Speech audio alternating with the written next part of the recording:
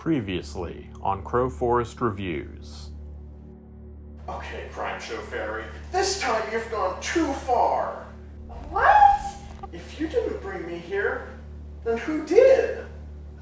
I did.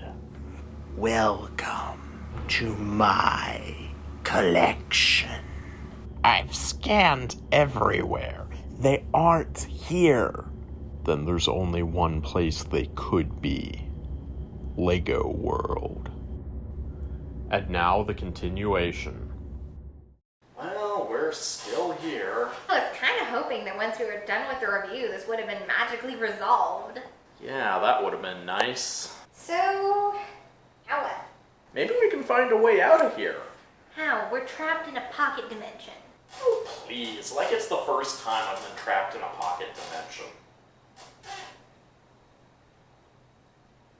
So how did you get out? I broke reality.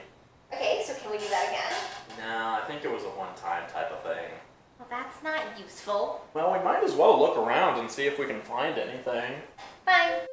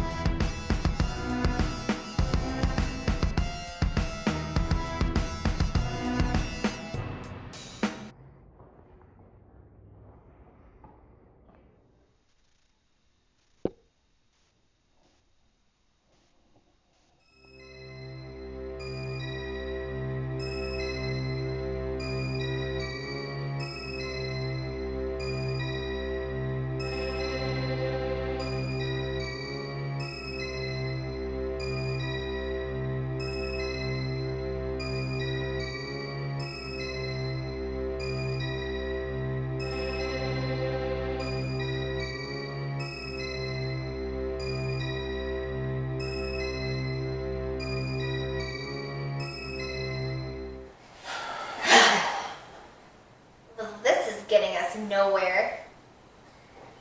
Yeah, so what do we do now?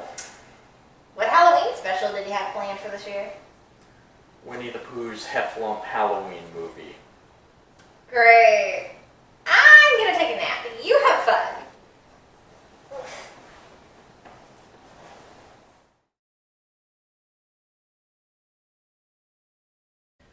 Hello and welcome to Crowforest Reviews. So you may recall that 2 years ago I talked about Boo to You Too, Winnie the Pooh. So why am I bringing this up now?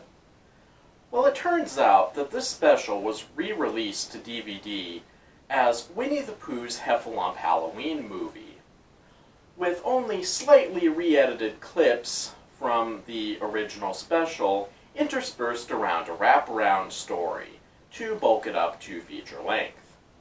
So I figure, if they can release a supposedly new movie that consists of 90% reused material, then so can I. So enjoy this crummy-ass clip show. The movie opens with the wraparound story. The narrator informs us that it's Halloween, and almost immediately Roo is ambushed by Lumpy the Heffalump. So Lumpy and Roo go off trick-or-treating, and fortunately for everyone there, Rabbit has simplified the procedure for everyone by streamlining the process. Now, if you'll follow me inside, I have all the fun meticulously planned out. I've collected all the candy to be found in the 100-acre wood and divided it into equal, easy-to-carry sacks. Wow, how incredibly helpful and not insane at all. And then we get a song number. We are daring to be caring. Who's behind that mask you're wearing? And then Tigger scares everyone with tales of the Gobloon, which I assume is a goblin who collects doubloons. Lumpy is so scared by the talk of gobloons that he hides under his bed and refuses to go trick-or-treating. But then he comes out and goes trick-or-treating anyway. Wow, that subplot sure had a point. But before they can go, Pooh eats all the candy, so apparently they can't go trick-or-treating after all. Wow, I feel like this whole special is just running around in circles. I know that the whole will they, won't they thing is a ridiculously popular subplot, but it doesn't usually involve will they or won't they go trick-or-treating. Hey, wait a minute. How does Pooh eating all of their candy prevent them from going out and getting more? I am not following this plot. So anyway, Roo and Lumpy go out to find the Gobloon to try and get some candy from him, because I guess that's just what Gobloons do. So they go into a creepy cave, and then go back out of the creepy cave. And then Roo says that they can't find the creepy tree, while standing in front of the creepy tree. But where's that tree of terror?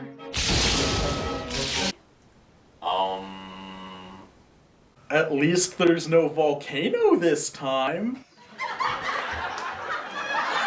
Lumpy is still scared, so Roo tells him the story of the time that Piglet was so scared that he almost turned Halloween into Hallowasn't. And thus we transition seamlessly into Boo to You 2. And since I already reviewed that one, I'll just cut to my stock footage too. So the special opens with Pooh practicing for Halloween by dressing like a bumblebee and eating honey. Pooh is immediately jumped by Tigger, who's wearing a skeleton costume. Do stuffed animals even have skeletons? Shouldn't Tigger be wearing a costume with some cotton fluff on the outside?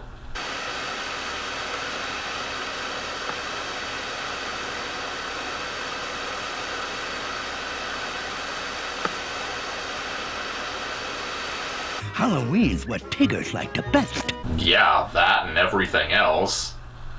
Wait, I feel like I've made this joke before. Ooh, is he lucky? Weeding carrots is what Tiggers do best. Well, that and everything else. Well, at least I'm consistent. So Eeyore and Gopher show up. Eeyore dressed up as a mummy, and Gopher dressed up as Eeyore. What? So anyway, cut to Piglet hiding in his house. He's decided that he's going to face his fears this year, and he does so by having a musical number. Apparently. Of course! Foolish goblin, ghastly ghost, everything scares me the most. All I really want to do is be with Pooh, Eeyore, and Tigger. So anyway, after the fastest sunset in history, or at least after the fastest half sunset? Gasp! Look at the time! Half past a quarter of sunset. They all go off practicing trick-or-treating, whatever that even means, and predictably, Piglet gets scared by a pumpkin with a scary face.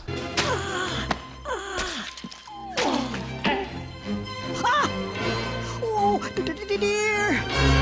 So everyone minus Rabbit set off into the woods, but Tigger manages to scare Piglet so badly that he runs home again. But then the others all go to Piglet's house to apologize, after which they all set off to have Halloween without Piglet, who's decided that he wants no part of it. So after another song number... Ooh, I love surprises and wearing disguises, a horribly hideous costume will do. Better be wary, be spooky and scary. I'll bounce from the shadows and what? Pooh, Tigger, and Eeyore decide to go back to Piglet's house to have a Hallowasn't party with him, in order to have fun with him while still respecting his wish not to have anything to do with Halloween. But by the time they get there, Piglet is gone, apparently having been scared away. And so they all set off to find him. And hijinks ensue.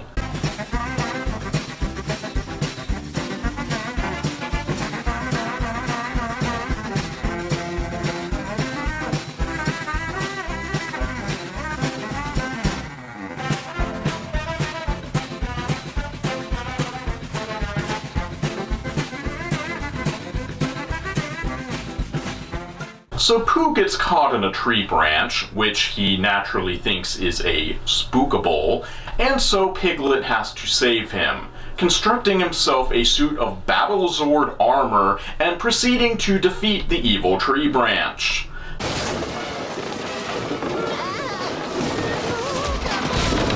Saving Pooh from getting covered in tree sap? Evil tree sap, ooh. Of all the Halloweens I can remember. Really? You can remember other Halloweens? Or anything for that matter? And I can't. Yeah, that's more believable. This Hallowasn't has been the most unforgettable of all. Well, wouldn't it technically have been the best Hallowasn't ever either way, considering you've never had one before? Or do you do this every year? Is this like a time loop thing? And this year, Piglet has made it all the way through. So our Hallowasn't truly was a Hallowaz. Wait, so the opposite of Halloween is Hallowasn't, but the opposite of Hallowasn't is Hallowaz? I don't follow. So Roo finishes the story, and having been inspired by the stock footage, Lumpy helps Roo to build a gabloon trap. They set the trap and hide in a log to wait for the gabloon, and then they immediately go out and look for the gabloon. I feel like people have trouble sticking to plans in this special. They manage to scare themselves with some pumpkins and a creepy bridge, and then they get separated. And then Lumpy gets trapped in his own gabloon trap. So cut over to Piglet's Hallow-Almost party. It just doesn't feel like Halloween without any candy. It feels more like Halla-almost or Halla-not-quite-right. So they take turns going to each other's houses and handing out vegetables. More like Hallow-not-even-close. Meanwhile, Roo finds one of the pumpkins and thinks that it's Lumpy. Say something. Say something, I'm giving up on you! So Roo runs to find the others to form a rescue party, and they go searching for Lumpy. They find the sprung tree trap and think that the gabloon is trapped in it, so they don't want to open it. But through the magic of just banging into it really hard, Lumpy bursts free from the trap. And so, with Lumpy saved, they all go off to Kanga's house to have a Halloween party. And to make it even better, Kanga still has candy, because she actually planned ahead. So that was Winnie the Pooh's Heffalump Halloween movie. And also boo to you too, Winnie the Pooh. How was it? Or rather, how were they? It was pretty good, though the original was better. And really, reusing your old footage to pad out your movie is really kind of a cheap gimmick. I should know. Well, until next time, here's your stock footage clip of the day.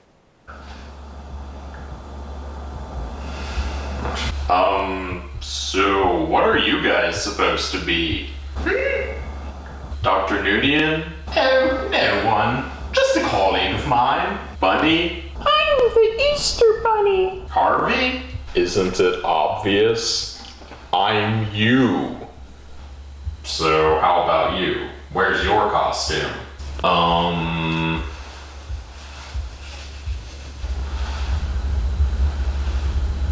Lame. But it's a crow mask, and I'm Crowforest. Lame. Okay, fine.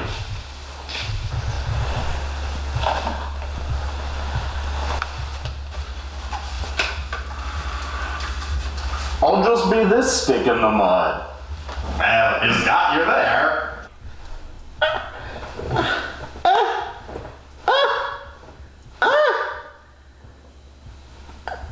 I'm the Easter Bunny.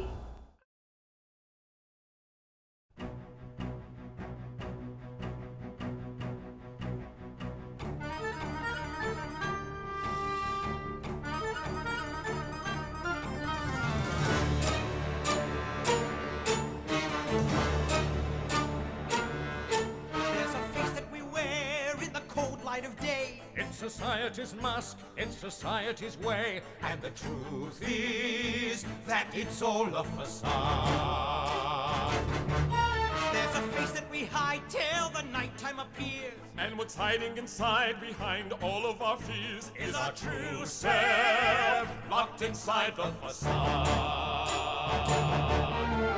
Every day, people in their own sweet way like to add a coat of paint and be what they may. That's how our little game is played, living out a masquerade, acting a bizarre charade, while playing the saint.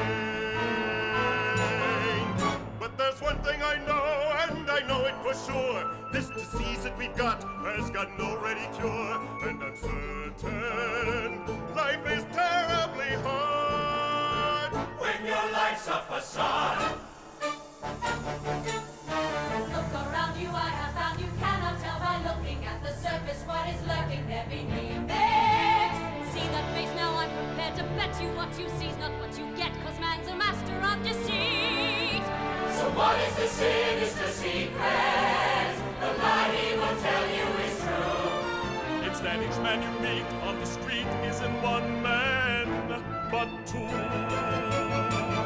Nearly everyone you see like him and her and you and me pretends to be a pillar of society, a model of propriety, sobriety and piety, shudders at the thought of notoriety.